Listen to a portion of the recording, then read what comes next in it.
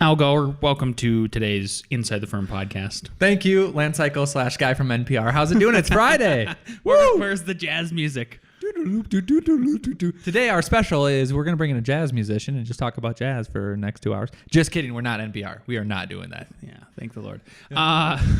So big shout out to, again, Corey Trudell for the nice message he gave us the other day. And why I bring him up is because he said I love to listen to you guys, but just wondering if we'll ever have any intro music. So honestly, if anybody out there is listening and they have a good idea for some intro and outro music or something like that, or a better introduction, or if you do just like us going off the cuff, hitting the record and saying whatever the heck we feel that day, that's fine with us too. Give us some feedback on that. I would like to know. Because we're trying to hone this thing into, we're trying to learn and make it better as we go. We've also had positive feedback that they like that we just start talking. I kind of like that we just start talking. Me too. Maybe we're different. I don't know. Maybe we're different. Who knows? I got a question for everyone out there too. Well, and an announcement. Starting next week, we're basically going to have what I hope is a series of guest speakers that you'll probably know answer the question. And the two questions. First question is, what is the worst advice in your career you've ever got, or a story about that? And then what is the best advice you've ever got, and a story about that? And next week we should have, who do we have? Evan Troxel from Archie Speak. Hope to get a bunch of other people too. So Alex, the question, what is the question you would ask him specifically? Just so I'm there. What is the worst advice you've ever gotten in your career? What is the best advice you've ever gotten in your career? Would you be okay with people just sending in audio?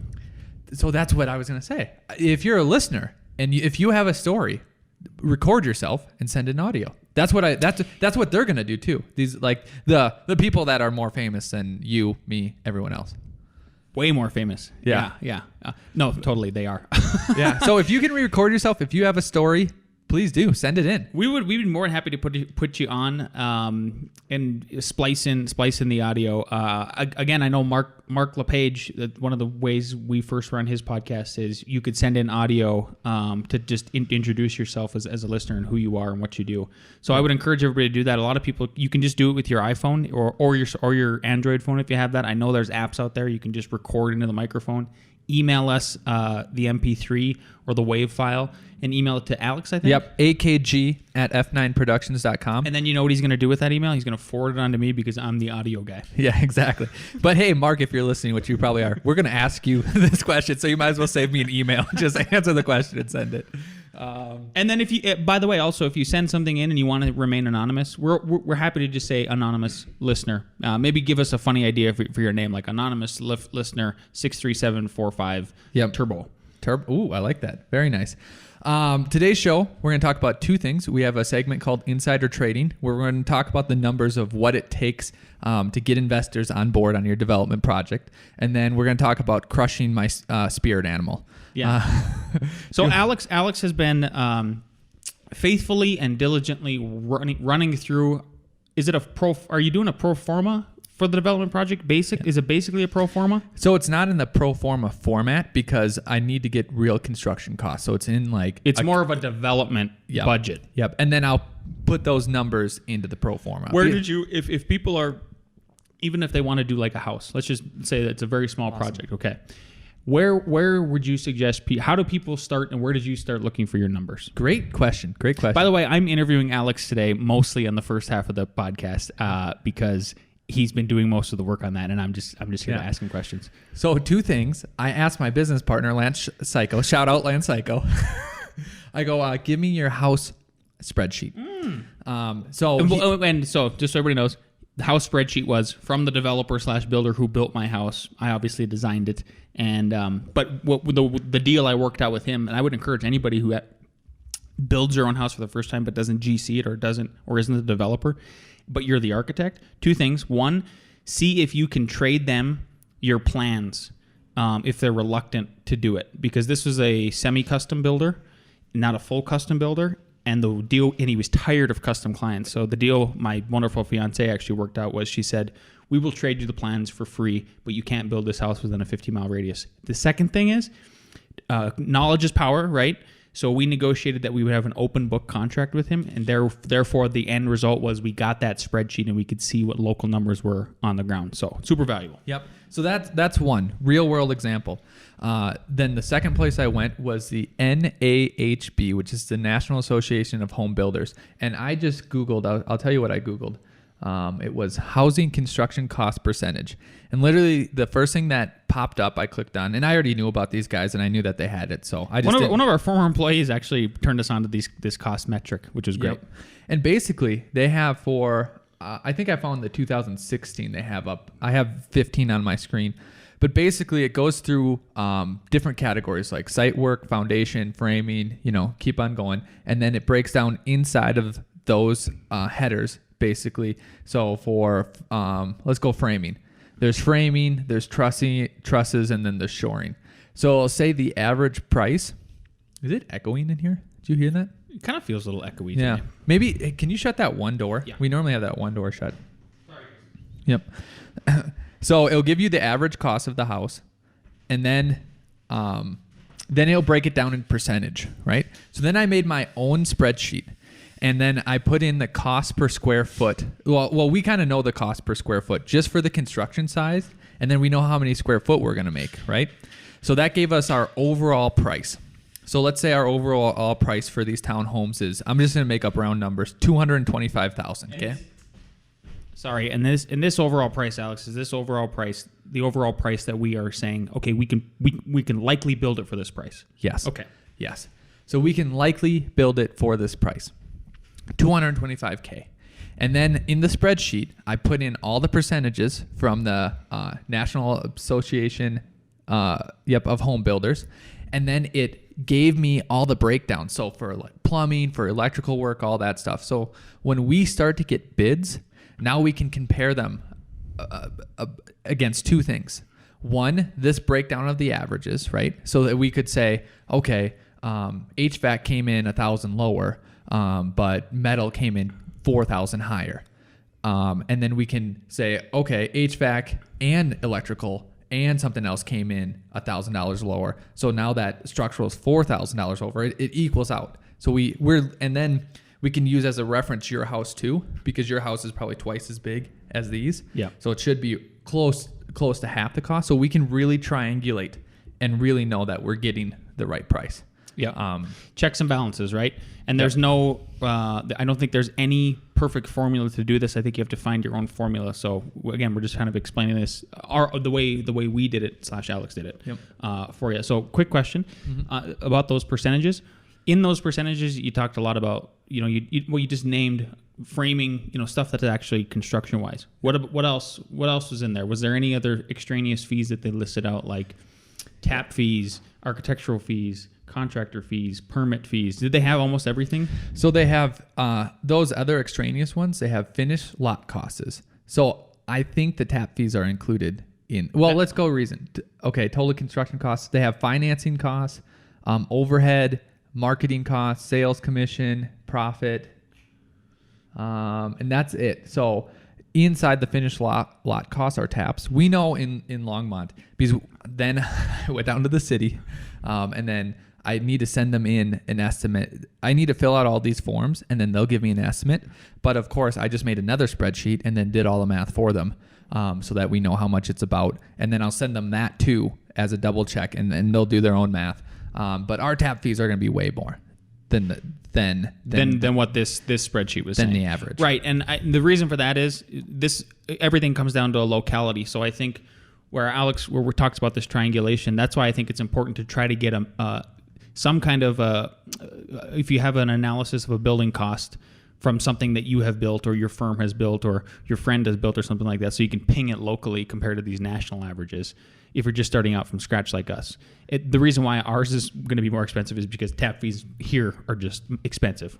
Yep, absolutely. Let's see what you they go. pay You for. go east. You go east of us right now. So we're in Boulder County. If you go east of us or north of us, so if you go east, it's Weld County. North is Larimer. Much cheaper. They're like half price. Yeah. Yep. Okay. So now that we have that, there's still some other big costs that you have to nail down, and one is financing. So let's say that this whole development is going to be $1.2 million, right? the bank is going to want at least 20% down. So how do we get that big number? And then that's what I was talking to some people about and trying to get. So there's two ways. There's two kind of investors that you can get. One, because let's say it's $400,000 that we're going to have to get, or $300,000 or something like that. They want a percentage. A percentage of the profit, right? So basically, when I was doing all my numbers in my spreadsheet, I reduced all of F9's management costs, all of us to basically be the contractor, and I really reduced it so that in my head I thought, oh, that's safe because then we'll only take our money at the end, right? Mm-hmm. And investors are not going to want that at the end. This is their first thoughts that we had, that assumptions.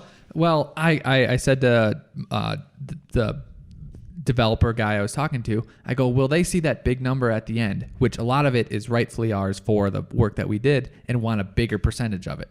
He's like, absolutely. They're going to want to just gut that as much as possible. If they're people with money, then they're smart people, because so they're going to, and then potentially they've already also been investors before in development, so they know how this works. There's nothing, you can't hide any of this stuff from me. You got to show them all of your numbers in your books. Yep. So he says you need to pay yourself fairly.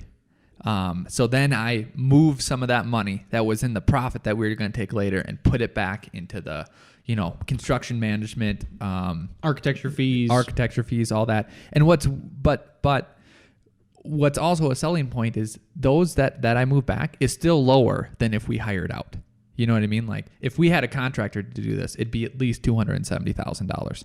Where I think I moved back just to 100. So we're saving 170, like right there.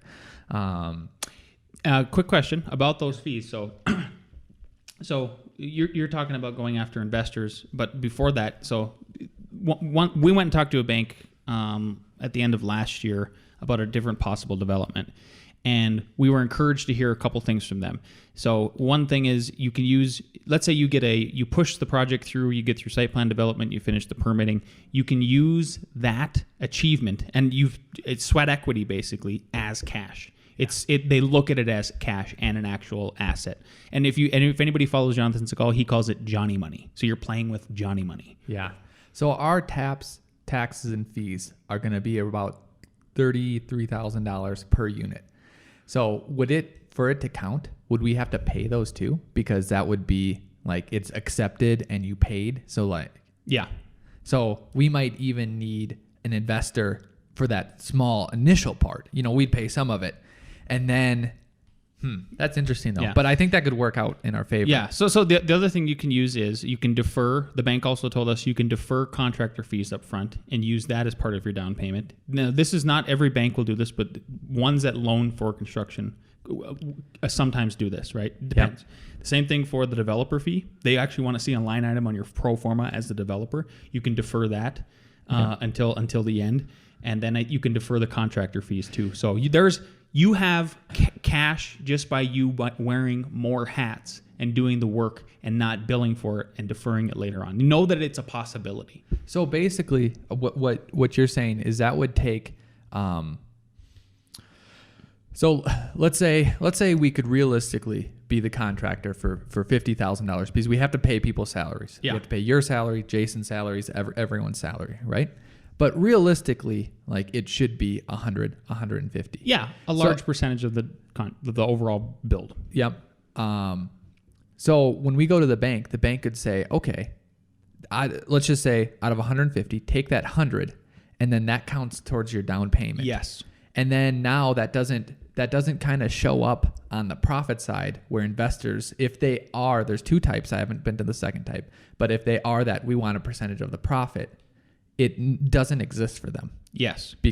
Yes. But at the end of the day, so the reason why I kind of bring that up, I interjected and brought that up before Alex really got into the investor part is just because you can have those things doesn't mean you're still not going to need to go to investors in the end. And at the end of the day, we're going to try to, if we can get this all done without anybody else, and it's just Alex and I, plus our team, obviously, our very, very valuable team, great. But at the end of the day, we're probably going to have to be getting in, networking with investors and coercing them into, doing business with us. So, So that was the first way, is they're going to give you a certain amount of money and then they want a percentage of the profit.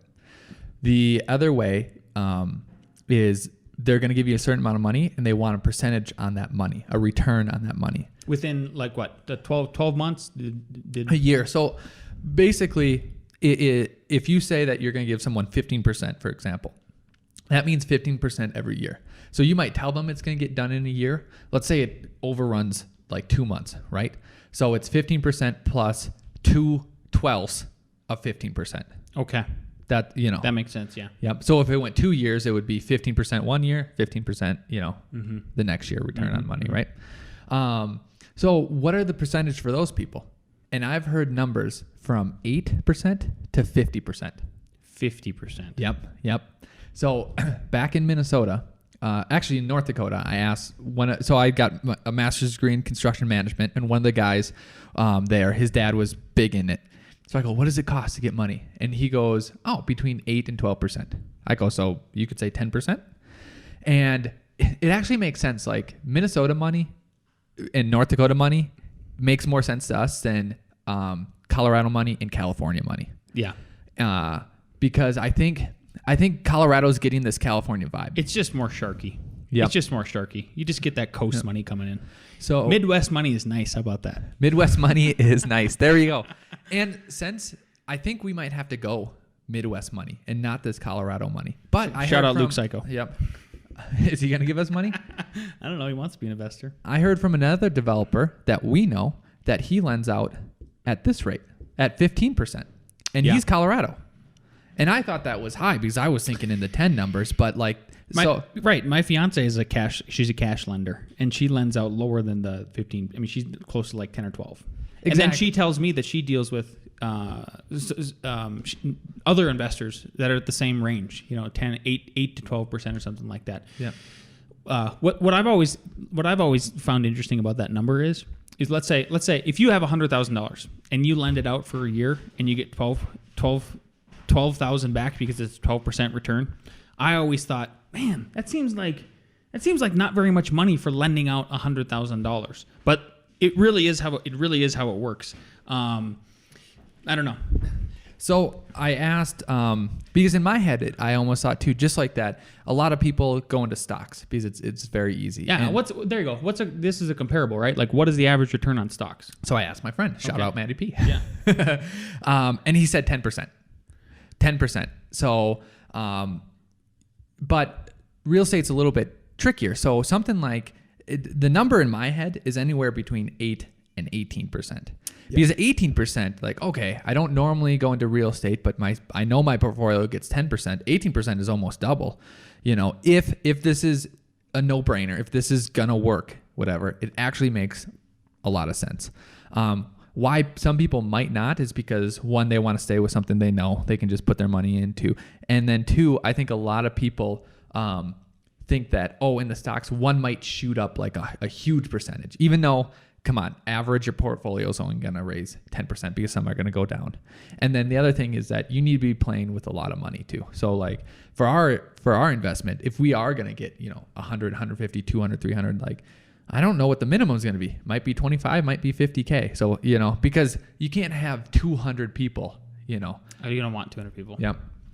So, and then here's the other thing. There's 2 investor platforms that are online. And I know, I can't remember the names, but we got to look at their money. Like what Cabbage. Yeah. Cabbage, Kabbage is one of them. Is it for real estate though? It's just for business ventures. So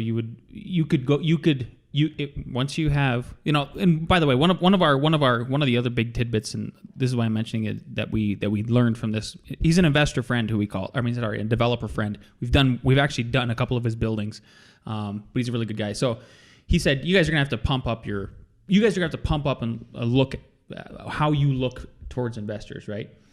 So what I'm getting at is we're going to have, at the end of the day, Alex and I want to put together this booklet that basically showcases like, hey, here's who we are. Here's this is a no-brainer deal. Here's all the numbers. Here's the accolades. Here's all the construction experience. Here's all the architecture experience, blah, blah, blah, blah, blah. Yep. And so what I'm getting at is I think you can go to a place like Cabbage with that in hand. And like if you have that kind of a documentation, you're a business at that point. Like you are saying, I'm a business, invest in me. Yep. And my investor friend who basically said this was saying like, they might look at you and say, you've never done 8 or 9 units. And they'll come, think about the perspective of that. They're like, oh, you're just 2 little guys, blah, blah, blah. And at night, in the middle of the night, I was up with my baby hanging out. and it dawned on me, and I go, holy cow. Because I kept thinking, like, I know how hard this is going to be. I know there's going to be subs that aren't going to show up. There's going to be subs that we found out that are drunk. They're going to not... Lance is going to be pissy, and he's going to just ruin the day. Yep. There's going to be a wall that isn't framed straight, right? So we're going to make systems to, combat this. We're always going to be at the job site, all that. But I know that it's going to be a hard project. But I can't help but think like this is so a layup. And the reason I think it's a layup is because me and you can easily and have built houses. Yep. Right. And think about how complicated some of these houses are. Foundations are at different levels, right? There's 2 or 3 different wings. There's maybe 2 or 3 different levels, and there's maybe even an intermittent level because of the grading. The first townhomes that we did they jogged in floor plan and they jogged in elevation. So you had... And there was 24 of them. And there was 24 of them, and they were super tight. The insanity of the foundations literally exploded like subcontractors' heads. Yeah. So these foundations, it's all at one level. But then this was the epiphany. Just take one unit because they're all repeat units, right? It's 1,800 square foot. It's 18 by 38. It's on a level foundation. And it's straight up, and one of the walls you don't even have to do because it's a partition wall. And then on the interior ones, 2 of the walls you don't even have to do. And so literally the joists, all the joists, all the trusses are going to be the same length. All the windows are going to be basically the same. So in theory, this should be a layup. So it's really the perspective where I'm at is think about a really cool, box that's modern, just 100 square foot. Think about that compared to doing a $500,000 home, and you would have no problem giving us money for one of those. And this is even simpler because we're just going to repeat that 8 times. Yeah. Like if we can convince from that angle, if people can see that angle. Well, there's not only that angle, but like Alex has a master's degree in construction management. I have an associate's degree in building construction tech. Yep. I've held numerous contractor licenses. We're going to hold a contractor license here. Yep. I've built in the Army. That's a whole thing. We have a ton of photographs to show in the portfolio of construction administration work that we performed on all these other buildings. Field work. But we are still concerned. Like we're not letting off the gas. We aren't taking anything for granted. Yeah. Let's say that. We aren't that's the key. That's the key. We almost did it, and I think we said in one of the first podcasts where we stopped bringing like examples when we were trying to get people. So we're not going to do any of that. We're going to go full tilt and let people know what's going on. So where was I in numbers? So I think basically is we need to be between that 8 and 18, right? I don't think 8's really going to happen unless there's some Minnesota nice people listening. Grandma, hello. So then the other thing, the same developer, he called me this morning. He's like, there's one thing I forgot to tell you. Oh, okay. Oh, and another thing he said yesterday is make sure to say basically the principles come out first and the investor's principle comes out first. So let's say you were the investor listener and you gave us 100,000. Yours comes out first, then our 100,000 comes out, and then your interest comes out. So let's say you had 12% interest or 15% or whatever. Then your interest comes out. Then we get whatever's left. Really? That's how the sequence works? That's how the sequence works. Huh. So principals first, and then their principal return. Of money. I see what you're saying. Yep. Yeah. Then their return. Right? Well, didn't you say this quote yesterday? I don't care about, or was this I don't care about the return on my investment. I care about the return of my investment. Say that one more time. I don't care about the return on my investment. I care about the return of my investment. No, I bet that was the developer buddy. Yeah. Like, just give me back my money. Do not kill all of my money. Yeah. And then the thing he said this morning was, this is what I forgot to tell you, is that if you need to use their credit. If the bank says can't just use your credit, need to use someone else's. He goes, then that's when prices go up. Oh, I bet they're not. Their So butts on credit, the line. Wow. credit is worth something. Yeah. No kidding. Yeah. Holy cow. Okay. Good to know. Good to know, Al. So those are the two kinds of investors. Are there names for these kinds of investors? Like the first versus the second? Is the second just would you call it like the first type of investor is they want to return on profit. Percentage of profit, a percentage in profit investor, or percentage of principal. There you go. Yep. So the second is ideally your target is percentage of principal. And I'm sure there's real names for them, but that seemed like good names. If anybody knows of real names and are actual Email. people who've done this before, email us. AKG. But the developer also said, he goes, I can't remember because he did this a couple years ago, but you might not be able to offer a percentage of a return on principal because it makes you, he said, like, it somehow makes you an institution or whatever. So you have to follow all these. Because of the SEC, the SEC, like you become like a.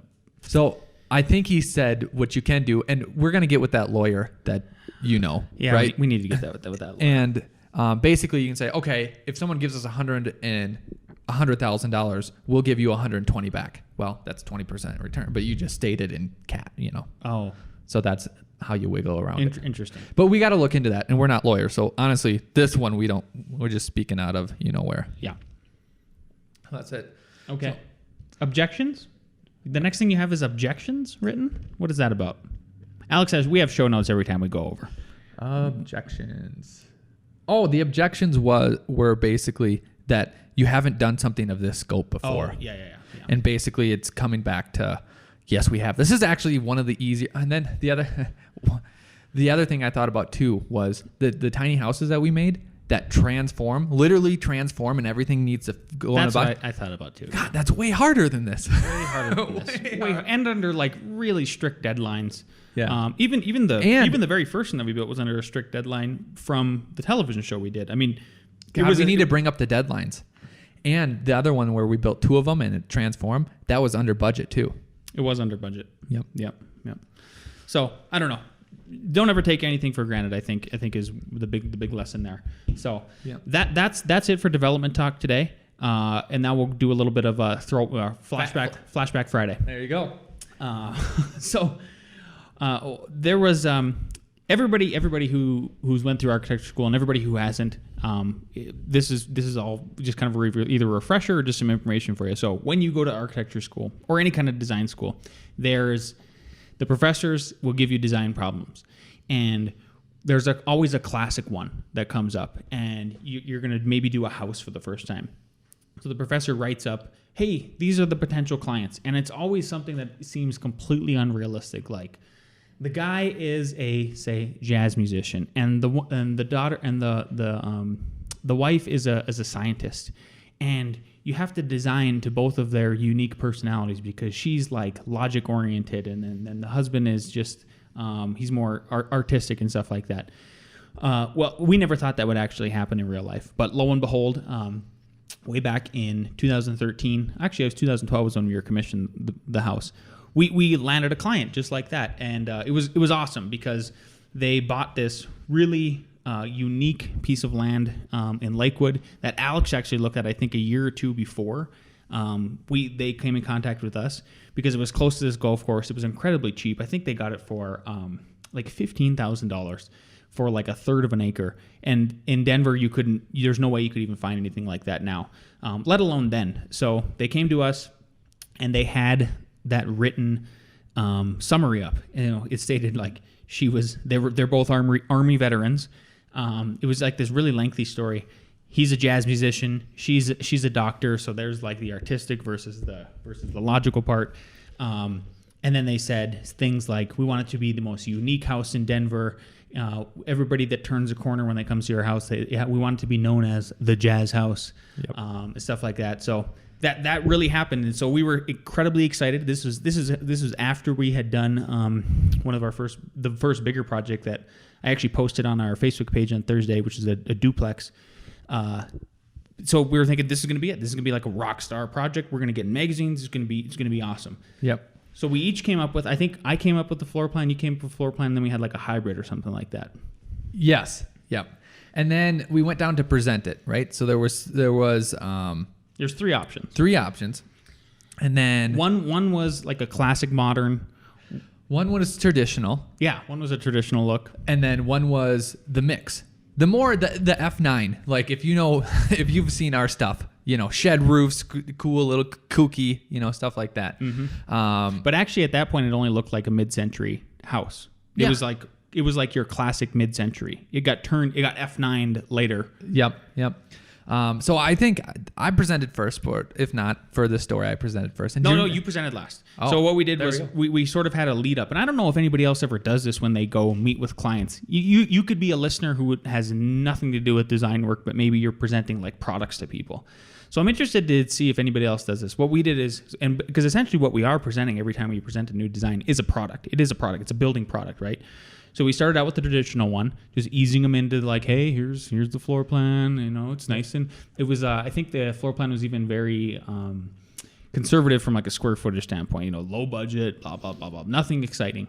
Then I showed him mine, and mine is like a classic mid-century layout, form, everything, flat roofs, and then we hit him with Alex's. Just the super modern, the crazy angles the everywhere. Icon. You would swear the guy worked at Daniel Liebskin. For those of you who don't know, that's where I used to work. Anyways, and then I remember I even did sketches. Oh yeah. So he even had it all. But we planned all this because exactly. Yeah. I mean, we both planned this. We were like, exactly. Okay, this is how we're gonna give. This is how we think rockstar architects. Not that we are, but like this is we're trying to be like them. Yep. This is what they do. So I sketched the mountains, and then somehow I sketched like water, and then it was a combination. Oh no, it was mountains, water, and a piano key, like the piano keys or something like that. Oh. It was like 3 things. So he starts telling this story about like, and then I combined them, and he's like, this is the nexus. This is the intersection. Even though I hate when people use that now, because normally it's probably not you that are listeners, but you know who I'm talking about. They do it. It's way over the top, and then you realize the intersection is BS where no one actually exists. Like it's like I'm the intersection of piano, cats, and Teslas. Like what? That's not even a real intersection. The cat. Put the cat fur on the Tesla, and then you drive with the piano. Wow. Blowing minds. So after that whole presentation and that whole lead up, they were blown away. They were blown away. And we walked out of that meeting going, This is it. We're gonna do one of Denver's coolest houses. Like it's going to be in every magazine. This is a dwell house. This is gonna put us on the map. Like this is it. I mean, it looked like a spaceship. And they go, we want this last one. Do you remember that? Yeah, they did. We want this last one. They're like, holy cow, this is it. Yep. And then time happened. See, this is where if I was a good producer, I would splice in some. I thought my little voice was pretty good, but about a week later, we're sitting at the office, and we were driving though. Whatever. Yeah, but we were both there when we got the email. Yep. And they basically said, after some consideration and some thought, we decided to go with the middle one. And then a whole email about, but we want to make sure this happens. And then from your perspective, what happened? I won. Again.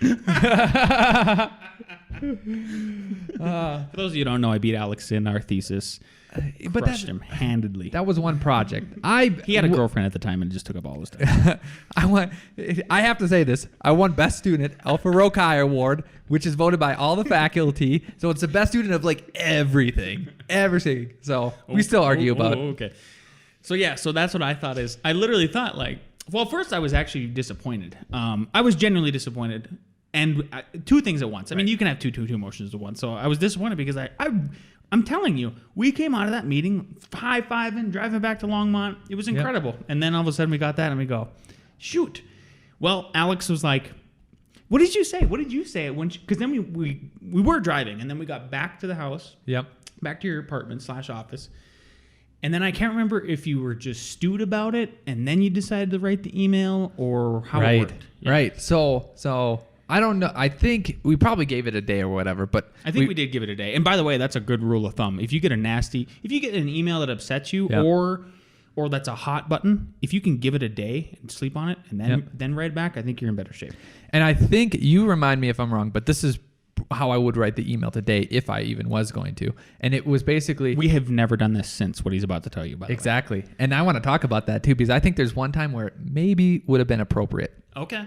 So we said, hey, remember the emotions like at REI, because that's where we had it. How you're so excited. And then we acknowledged all these other things that they wanted in the program. We believe that we could mix these two together. We could, keep that gut reaction, something that you really, really loved, and then take the practical side and put it in there. And then they emailed back and said no, and handedly said no. I mean, and it was the doctor, the female doctor, and she was the husband. They're awesome people. They're so awesome. They're some of our best clients that we've ever had.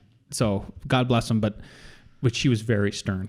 Yeah, you could tell she's the logical one. She's it might if it would have been just him and maybe he's more handedly, maybe they would have picked Alex's crazy rock star awesome Liebeskinny house. Yep, it was stern, but then also I don't think I took that as bad too. But because it was so logical and doctor, it's like if Spock yells at you, he's not really mad at you. He's just. We are doing this because of this. So blah, blah, blah. So that was the first and only time we ever really tried to be capital A architects and push our design on somebody like that and really be heavy-handed. And we haven't done it since. And because you said, why don't tell me what did I say? We're never doing that again. So our own projects, we do crazy stuff, and then we always do suggest cool things or we don't come from that separate approach where what here's how we still do that in a way. After it's I think we said this before, and if we haven't, okay, here we're saying it now, is we get our design fix. Alex and I get a design fix basically by our one cool project a year, and then just kind of managing and being the stewards of the media, the social media, doing stuff like this, right? We get our creative fix, but so much so that we actually design a lot less than everybody might think, even though we run and operate a small firm. We are so happy to just give projects to our employees now who are very talented designers and just turn them loose. But that's why with parameters. Yeah. So I've often for years seen really cool stuff in books and know that some of it's not going to be built. So there was a Guggenheim, I think it was a museum that they were going to make on the east side of New York. They were going to build into is that the Hudson on that side? I can't remember. But along Roosevelt, if you ever lived there. And it was cool. It was by Gary. It was insane. Never got built. I'm like, oh God, I just want that to exist. I want that to exist. So some of the stuff that our guys do, I'm just like, this is awesome. I didn't have to do anything, and this is really good. And so because there's and then here, what am I trying to say here? Because we just turn them loose and let them do stuff on the creative side, and because they haven't went through that rejection yet, from a client or anything like that, and we provide that buffer between them, that allows us to still push the envelope a bit here and there and suggest things that Alex and I might get a set of drawings back. There's a house in Erie that we just did where the designer, one of the employees that I was working with, he still works for us. We had these really cool slanted steel columns on the back deck. And if you notice our work, for some reason we like slanted columns. Yep. So we did them, we drew them up and stuff like that. And I probably wouldn't have suggested it. If I was the primary architect on the project, I don't think I would do it. And I don't think I would do it because I just know at the end it's going to get cut. It's going to get cut. Here's a question. Honestly, I think I overheard. Did it get cut? It got cut. It's still very cool. It's not nearly as cool. So I don't know. That's if anybody else ever goes through the same kind of stuff, I think you can still get that surge of creativity in the back end, and maybe it just comes through the people that are working with you. Yeah. So there was another client, Boulder client. And this is where, so we could have done it again. I think the same thing would have happened, honestly. Really? Yep. But Boulder client, they were doing a vacation home. And first we did, I don't know, it was probably 2,500 square foot, huge glass, really cool, big designs. Oh, yeah. Then they came back to us and they said, hey, we found this floor plan online. We kind of want something like this. It was like 800 square foot. Right. And they wanted it to be net positive at the end of the day, meaning it would produce more energy than it created. Well, the big cool glass stuff we wanted to do would not have done that. Yep. And they're, from Boulder too, so they have a sensitivity to sustainability. Not that other people can't, but, Boulder does have that kind of thought process. It's an enclave, for sure. And one of the words they use is like, oh, we don't want to disturb the environment that much. And I remember when we went out there, I asked them, hey, what's the coolest place on your site? And it was basically this mound. This knoll of rocks. Yep. And you could see the view was incredible from there. And it was actually the high point of the site. And really, that's where the house should have ended up anyway. So, but not on there. So I wanted to suggest Flood House. Because Flood House only has a footprint of like 100 square foot. And then it's elevated up. And it would go kind of right to that hill part. It's basically cantilevered over the earth. Yep. And then look right over that. And it was very small. I think it was 1,500 square foot or something like that. A very efficient floor plan. But I think they would have said no. But in my head, I was like, oh, if you want a light footprint, and we know you have the money, you're going to do something huge. And this is a very well-to-do business owner in Boulder. Yeah.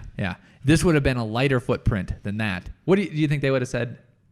I don't know. You're kind of making me second guess the project now. It ended up being just this kind of like, regular little cabin. It's actually the siding is all Corten, which is kind of cool, but it's nothing fancy. No, but it's honestly, a cute little cabin is all it is. What do you think? What do you think they would have said? He's a cool client. 50-50. I think he maybe would have entertained it. You know what? It probably would have, if we were just too closely burnt at that point. Too closely burnt and said, hey, by the way, here's another design that we have. It's unbuilt, but we think it might be a light footprint. Because of that reason, it barely touches the ground. It could be over your, over your favorite place, and then say, but we're just sending you this because we have it. Happy to do the other one too. Like some sort of wording like that too. So it's not like we're trying to shove something down their throat. Exactly. Yeah. So maybe we'll get there at some point. I don't know. And the other part of the equation is, I think, at the end of the day, you have to attract those kind of clients that are willing to spend that kind of money, and it's not even a question in their mind. Yeah. Like they are firm set on they want a 100% unique thing, and they have the budget for us for it. So anyway, that's the spirit animal lesson of the day in our story on a Flashback Friday. Yep. Have a great weekend. Email us with any questions or any stories that you have about your best or worst advice, and we'll see you next Friday. Ciao.